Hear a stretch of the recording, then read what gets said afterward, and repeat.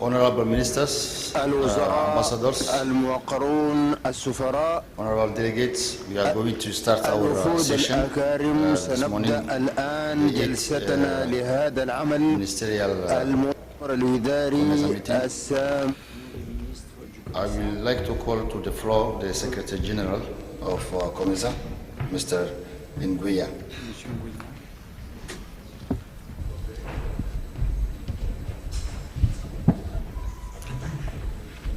Thank you very much, Chairperson of the committee and also Director of Ceremonies. Our guest of honor, Monsieur l'invité d'honneur, Honorable Elias Moussa Taré, Monsieur Elias Moussa Taré, ministre de l'économie et des finances de la République de Djibouti, Mesdames et Messieurs les ministres, Mesdames et Messieurs les secrétaires généraux des différents ministères, Monsieur l'ambassadeur Tchelougat, secrétaire au commissaire, Mesdames et Messieurs les représentants.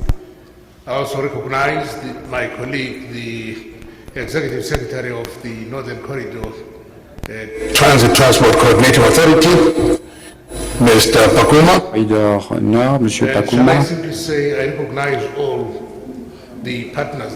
Je salue tous les partenaires qui se trouvent dans cette salle avec nous ce matin. Mesdames et Messieurs les délégués, Mesdames et Messieurs. Your guest of honor, Monsieur l'invité d'honneur, c'est un grand privilège pour nous que de vous recevoir ici parmi nous ce matin pour procéder à l'ouverture officielle de cette réunion des ministres chargés de l'infrastructure, de la télécommunication, de l'énergie, etc. Je disais que c'est un honneur pour nous, Monsieur le ministre, pour une raison simple. En effet, l'investissement dans l'infrastructure serait impossible sans la participation active et l'appui des ministres de l'économie et des finances. C'est vous qui donnez les fils de la bourse. Permettez-moi toutefois, Monsieur l'invité d'honneur, de vous demander de transmettre au nom de nous tous, les ministres, les délégués, notre profonde reconnaissance au gouvernement et au peuple de Djibouti qui ont bien voulu accueillir cette réunion ministérielle. Je souhaiterais tout particulièrement que vous exprimiez notre gratitude profonde à son Excellence le Président, chef de l'État, qui a apporté un appui ferme aux efforts d'intégration régionale au sein du COMESA. Mesdames et Messieurs les ministres, Mesdames et Messieurs les délégués, la présente réunion se tient à un moment historique dans le développement de l'infrastructure et services connexes de la région du COMESA. Moment historique, disais-je, parce que trop longtemps, nous avons eu beaucoup de mal en ce qui concerne le développement des infrastructures. Je pense notamment le financement nécessaire pour le développement de l'infrastructure. Et c'est pourquoi, ce matin, je vous propose d'aborder trois aspects. L'investissement dans l'infrastructure, les politiques nécessaires pour encourager le développement des infrastructures. Et troisième volet, la question du renforcement des capacités. Je dirais un mot également sur la structure tripartite COMESA, Communauté Est-Africaine et la SADC. Pour ce qui est de l'investissement dans les infrastructures, j'ai examiné rapidement le rapport du comité qui a travaillé sur ces dossiers, et il ressort clairement que plusieurs questions qui ont été abordées sont de nature opérationnelle. Que vous, ministre, il s'agit bien d'une réunion ministérielle, vous devriez réfléchir sur les aspects stratégiques de l'infrastructure. De quoi s'agit-il? Eh bien, il s'agit essentiellement de l'investissement. Au plan historique, nous savons que l'Afrique, de manière générale, et la région COMESA en particulier, a connu différentes phases dans le financement des projets d'infrastructure, notamment les investissements pour l'infrastructure transfrontalière, y compris l'énergie. Vous vous souviendrez que dans les années 80 et 90, il y avait la décennie des transports et des communications des Nations Unies pour l'Afrique avec 2 phases, et que à ce moment-là, nous avions réalisé très peu de choses. Pourquoi? Eh bien, parce qu'on est parti du principe que nos partenaires au développement interviendraient pour financer le développement de ces infrastructures. Nous savons bien que dès qu'il s'agit de financement de l'infrastructure, on nous a toujours dit, on nous le dit encore aujourd'hui, que si l'on veut exécuter un projet d'infrastructure, il faut que ce projet reste économiquement viable, ce qui m'amène à poser la question suivante. Qu'est-ce qui vient d'abord? Est-ce que c'est l'infrastructure qui est le préalable d'un développement économique durable et du développement, ou est-ce la viabilité d'un projet qui passe avant tout? Je suis heureux, monsieur l'invité d'honneur, de voir qu'au XXIe siècle, les choses ont changé. En effet, on a trouvé des méthodes innovantes pour financer l'infrastructure, et je vais vous donner quelques exemples de cela. Et lorsque nous étions dans le salon d'honneur, on m'avait dit que vous aviez organisé visite pour le ministre qui est présent dans la salle. Maintenant, pour ce qui est du secteur ferroviaire, il reste encore des difficultés, mais également des opportunités. Pour la première fois, depuis l'ère coloniale, nous avons vu le projet Tanzanie-Zambie qui remonte aux années 70, mais aujourd'hui on a investi dans la voie ferrée entre Éthiopie et Djibouti avec un écartement normalisé, 52% de cette voie ferrée est achevée. Alors, outre le financement apporté par la République populaire de Chine, une bonne partie de cet investissement est prise en charge par les gouvernements de Djibouti et de l'Éthiopie. Cela est valable également pour ce que je considère comme étant le plus grand barrage hydroélectrique, celui de la Renaissance en Éthiopie, qui représente 4 milliards de dollars d'investissement.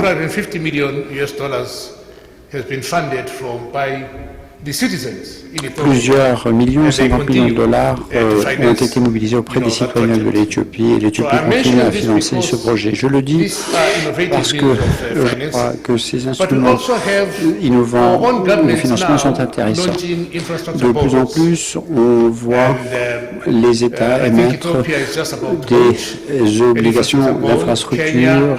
L'Éthiopie l'a fait, le Kenya y pense. Je sais que la Zambie, même si elle n'est pas représentée ici, s'est engagée dans cette voie. Alors, cela nous a permis de combler le fossé financièrement pour développer ces infrastructures. On estime pour la région du COMESA que nous aurions besoin de 26 milliards de dollars pour développer toutes les infrastructures. Je suis heureux de constater aussi que le COMESA lui-même, en tant que corporation, en 2002 a créé le fonds du COMESA avec deux guichets, un guichet qui vise à appuyer les États membres qui souhaitent prendre en charge le coût social et économique de l'ajustement dû à la libéralisation. Un deuxième guichet, c'est celui des infrastructures, qui est devenu maintenant Fonds des infrastructures. Je suis heureux de vous apprendre, Monsieur l'invité d'honneur, que le fonds a été lancé au mois dernier à Maurice, géré par la Banque de la ZEP, qui est une banque du COMESA. La Banque de la ZEP a apporté 15 millions de dollars des États-Unis à ce fonds. Le COMESA a 10 millions. Donc nous disposons maintenant de 25 millions de dollars au sein de ce fonds. Alors la manière dont fonctionne ce fonds des infrastructures, c'est que pour les pays qui ont des projets bancables, eh bien, ils vont mobiliser les ressources financières sur les marchés. 500 millions de dollars ou 1 milliard. Donc un des défis qui se pose à ce fonds, c'est qu'il faut lui soumettre des projets bancables. Sans cela, il sera impossible de trouver des ressources financières sur les marchés. Autrement dit, l'appel que je vous lance ici, et j'espère que cela fera partie des décisions de la réunion, c'est que chaque État membre identifie 2 ou 3 projets bancables qui pourraient être soumis à l'appréciation du fonds des infrastructures et que celui-ci puisse trouver les financements nécessaires pour mener à bien ces projets. J'aimerais dire aussi que le fonds des infrastructures du COMESA a l'intention de travailler avec la Banque africaine de développement, la BAD, le fonds de l'Afrique qui est en cours de lancement, la Banque africaine de développement et son fonds vise justement à forger des partenariats publics-privés pour financer ces projets. C'est ce que, en substance, a l'intention de faire le fonds du COMESA. Il faut ajouter à cela que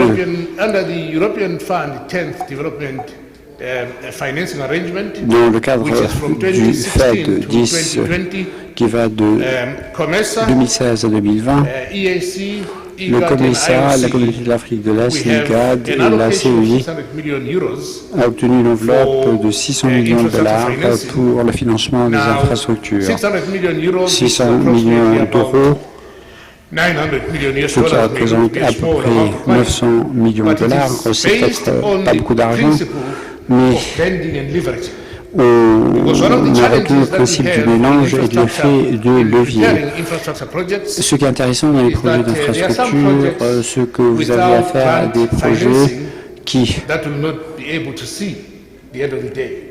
sans ce financement, n'auront pas une possibilité d'exister s'ils ne reçoivent pas des subventions. Donc il y aura des subventions, il y aura des crédits et un investissement du secteur privé. Donc j'aimerais vous dire ici que il y a à peine 10 jours, 2 semaines à Maurice, les ministres des Affaires étrangères du COMESA se sont retrouvés dans le cadre du comité de coordination régional avec la communauté de l'Afrique de l'Est, la SADC, l'IGAD, etc. Se sont retrouvés donc pour dire que 600 millions d'euros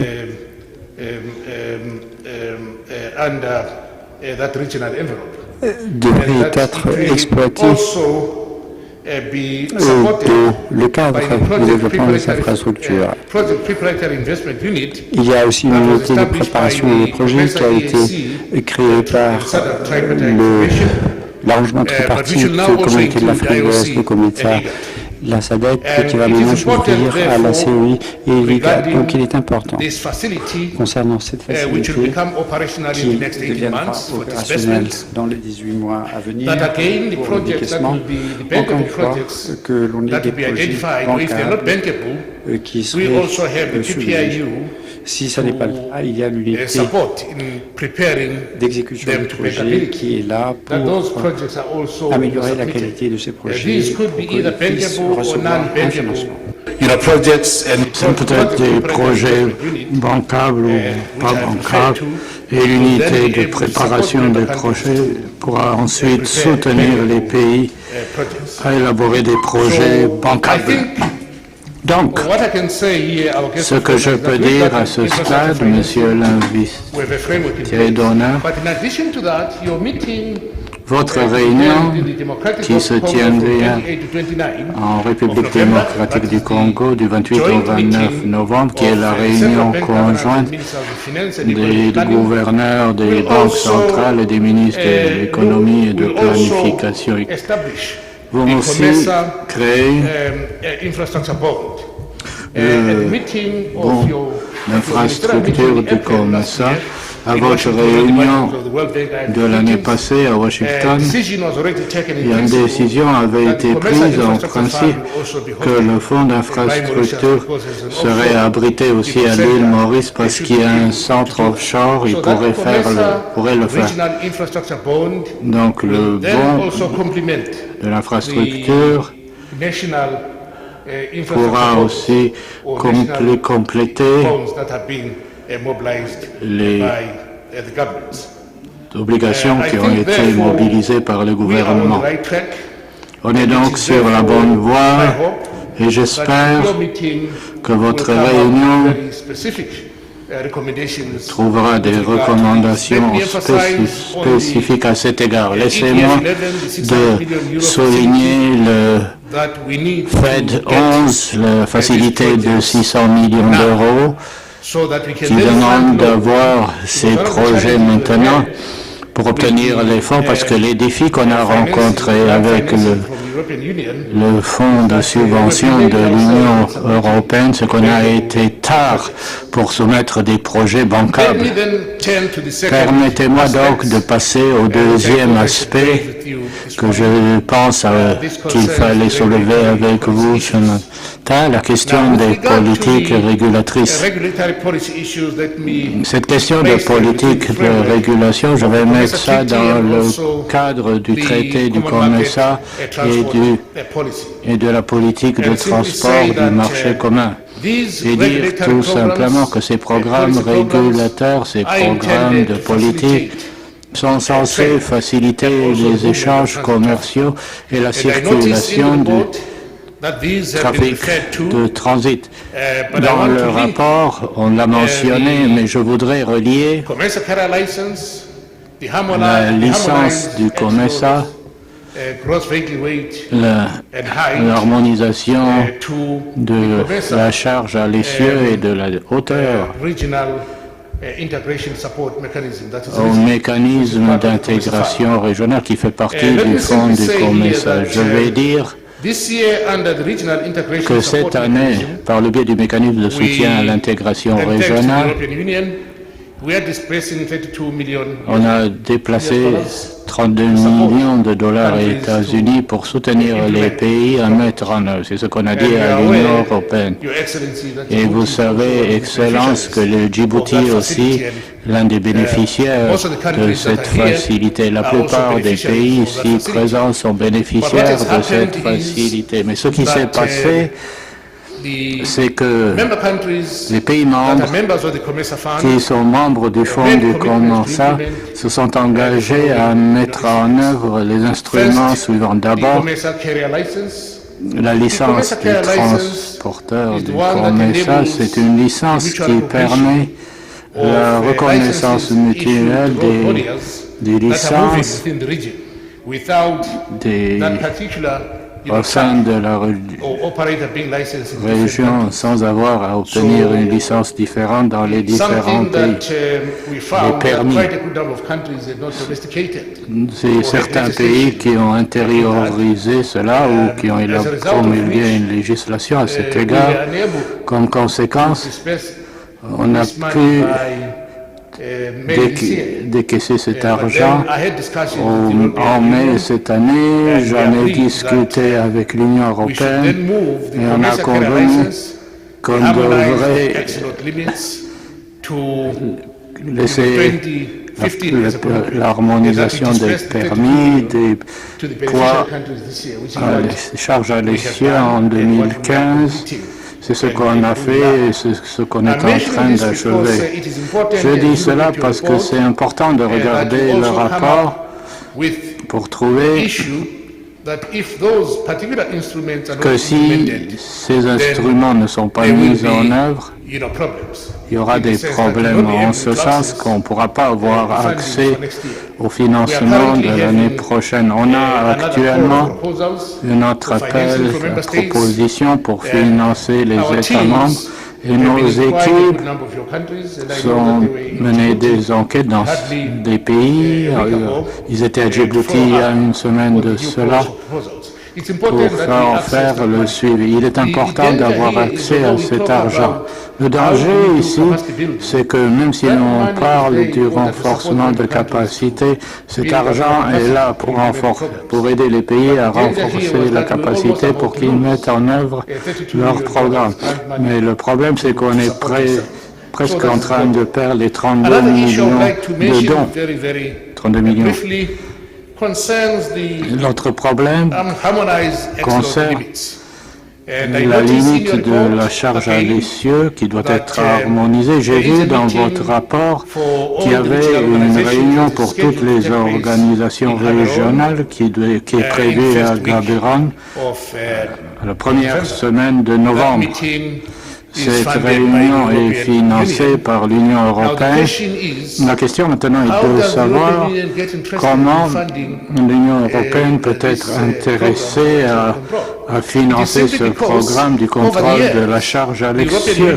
C'est simplement parce qu'au fil des ans, l'Union européenne a accordé des fonds sous forme de dons pour réhabiliter des routes pendant un certain nombre d'années. Et quand ils ont mené l'audit pour le commissaire et d'autres organisations, ils se sont rendus compte qu'il y avait toujours des défis concernant la mise en œuvre des limites de charge à l'essieu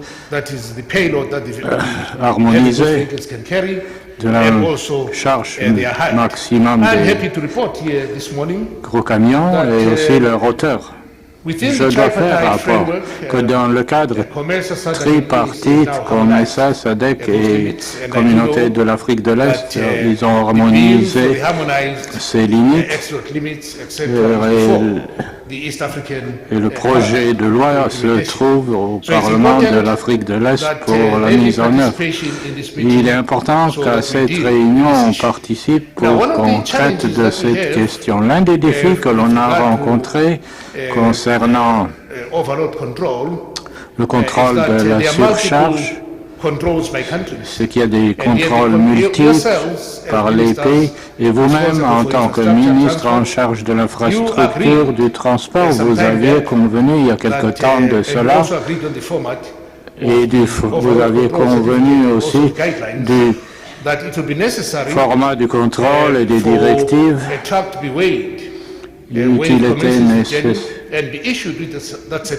Et c'était nécessaire de délivrer ce certificat pour ne pas que les camions soient arrêtés pendant les transits.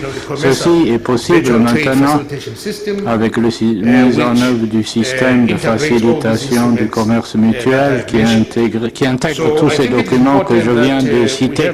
Il est important de l'avoir, mais ce qui est essentiel, même si on veut contrôler et s'assurer qu'il y a une application de la charge à l'essieu pour les camions marchandises. Je suis sûr que si on ne fait pas cela, les routes vont se dégrader très rapidement pour la simple et bonne raison que presque 25% du trafic de marchandises se déplace par la route. Il est important donc que les chemins de fer soient redynamisés pour... Mais ça n'a aucun sens de transporter les marchandises par camion pour des distances supérieures à 500 km. Un simple calcul nous montre que quand vous faites cela, vous n'êtes plus compétitif.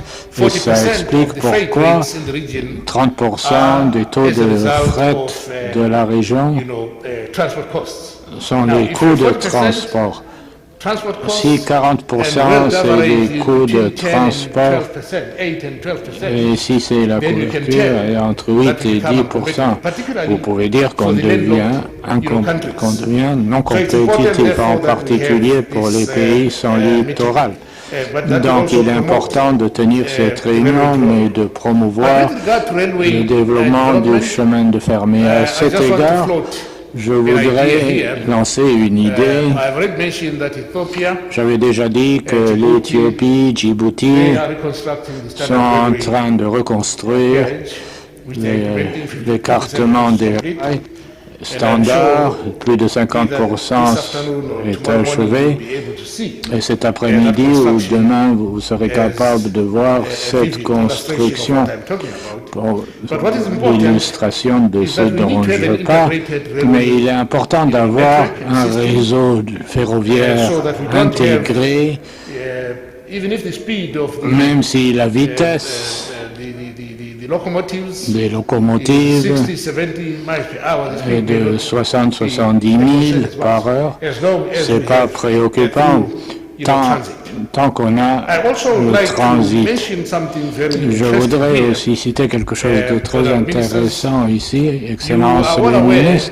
Vous savez tous que la plupart des importations de la région viennent par conteneurs et que ces conteneurs appartiennent aux compagnies maritimes, ce qui est tout à fait clair à ce stade. Et je demande au ministre de prendre une décision là-dessus, le moment venu. Quand vous regardez les dépôts de conteneurs, vous vous rendrez compte que les compagnies font payer $1 500 par conteneur. Mais pour les pays qui sont enclavés, ça varie entre 2500 pour un conteneur de 44 pieds jusqu'à 7000. Si je prends Mombasa et le Soudan du Sud, il faut $7 000, ce qui est plus que le taux du fret que l'on a. Donc ça pose la question de savoir comment on doit faire avec les compagnies maritimes pour s'assurer qu'elles n'augmentent pas ce coût. Le calcul montre que les compagnies maritimes de la région comme ça, avec le dépôt pour les conteneurs, la valeur totale est de l'ordre de $3 milliards États-Unis. Quand vous regardez les taux du fret, je vous donne un exemple. Entre Mombasa et China en Chine, vous vous rendrez compte que le même conteneur, le taux de fret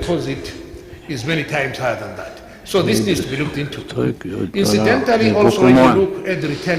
Quand vous regardez les charges, vous ne pouvez pas charger un conteneur sans la permission de la compagnie maritime, parce que ce qui se passe, c'est qu'il faut obtenir la permission, et même si la distance n'est que de 200 km entre le pays A et le pays B, le taux de fret sera beaucoup plus élevé que le taux du fret à l'intérieur. in the sense faut that unless résoudre the ce region problème, has got its own container fleet, c'est que la région a une flotte de will conteneurs, not be able to have efficient à moins d'en avoir trade. ses propres conteneurs, Let me move very quickly before I on ne va conclude. pas avoir First of all, des to taux one intéressants. of the issues that you'll be requested to L'une des consider here. questions que vous devrez COMESA was the first examiner, organization le COMESA était la première organisation 8 through en- COMESA Legal Notice Number en 2 1998 de that libéraliser liberalized third and fourth freedom, le ciel, fifth and sixth freedom. And I'm happy to cinquième report that et this sixième is liberté. working, very, very well. Et je dois dire que ça marche très bien en ce sens qu'on peut From one country to prendre another l'avion d'un pays à un autre en une journée et ne pas passer 2 jours ou 48 heures. of Vous pouvez maybe passer 5, au 6 hours maximum in the destination. 5 ou So 6 although heures. we are making progress there, Même s'il y a des there are also progrès, challenges now that we are il y a having. aussi des difficultés que l'on rencontre. On a des opérateurs de l'extérieur de la région COMESA à qui on a accordé des droits de trafic, cinquième liberté, je ne vais pas les citer. Pour un voyage de 45 minutes, The same ils vous feront amount of payer fare le même prix that they charge for que ce qu'ils font payer pour un voyage de 6 heures. C'est Je soumets ça à l'autorité du COMESA, à l'autorité de la concurrence. Ils ne font profiter de ces droits de trafic, mais exploitent notre région. L'autre question à examiner dans votre rapport est le projet financé par la BAD sur la navigation, communication et le système satellite. Vous savez tous que vous aviez convenu que le Rwanda devrait jouer le rôle de chef de file.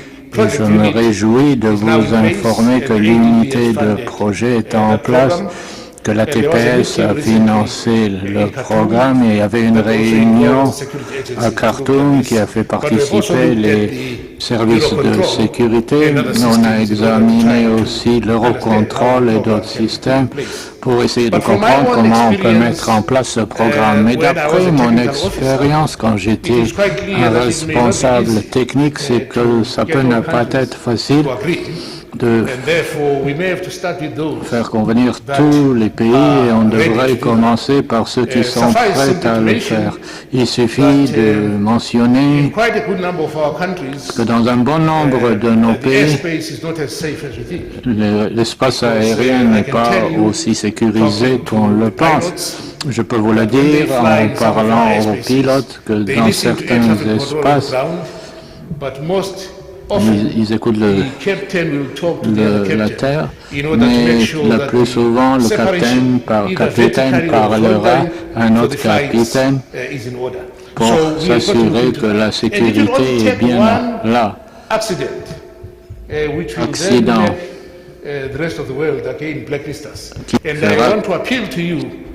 qui fera pour le reste du monde.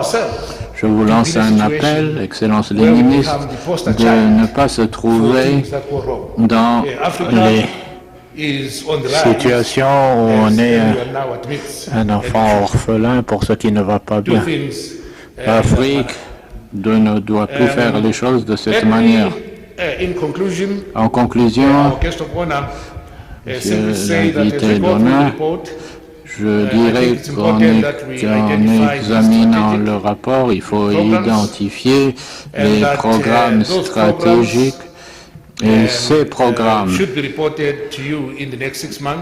devraient vous être rapportés dans les 6 mois qui suivent, mais il suffit de dire qu'on ne peut faire ce progrès que si on obtient des projets pour l'investissement.